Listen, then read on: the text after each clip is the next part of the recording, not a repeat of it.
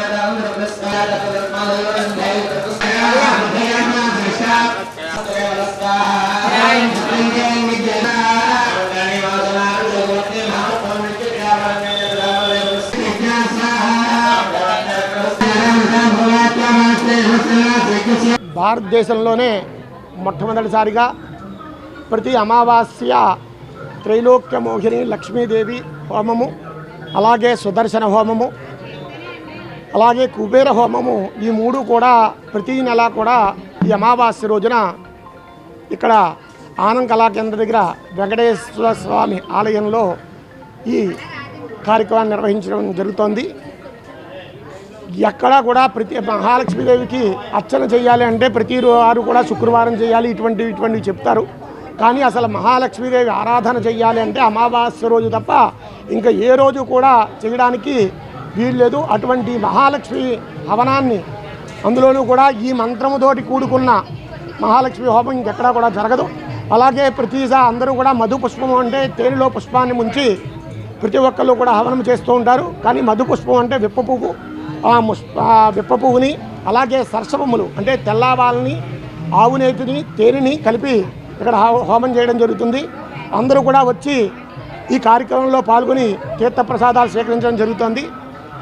మహావైభవేతంగా సంవత్సర కాలం బట్టి ఈ కార్యక్రమాన్ని చేస్తున్నాం. మొన్న వార్షికోత్సవం తర్వాత కూడా ప్రతి నెల కూడా ఇక్కడే ఈ కార్యక్రమాన్ని నిర్వహించడం జరుగుతుంది. అందరూ కూడా వచ్చి ఈ ప్రసాదాన్ని స్వీకరించవలసిందిగా కోరుచున్నాం. అలాగే అమ్మవారి పూజ అయిపోయిన తర్వాత ఈ పూజలో పాల్గొన్న భక్తులు ఎవరైతే ఉన్నారో వారందరికీ కూడా అమ్మవారి దగ్గర పూజ చేసిన రూపాయల్ని ప్రతి వాళ్ళకి కూడా ఇక్కడ ప్రసాదంగా ఇవ్వడం జరుగుతుంది.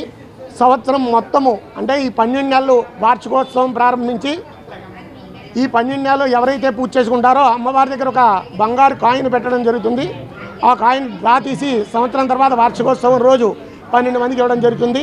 అలాగే అమ్మవారికి ప్రతి నెల కూడా చీరలు, ప్రతి నెల కూడా చీర కట్టడం జరుగుతుంది. అది కూడా 12 నెలలు అయిన తర్వాత వార్షికోత్సవం రోజు డ్రా తీసి వీళ్ళందరికీ కూడా ఇవ్వడం జరుగుతుంది. ఈ కార్యక్రమాన్ని ఈ ఆనంద్ కళా కేంద్రం దగ్గర వెంకటేశ్వర స్వామిలో జరుగుతుంది. నా పేరు బోడెం రవికుమార్ శర్మ, నేనే దీని ఆధ్వర్యం వహిస్తున్నాను.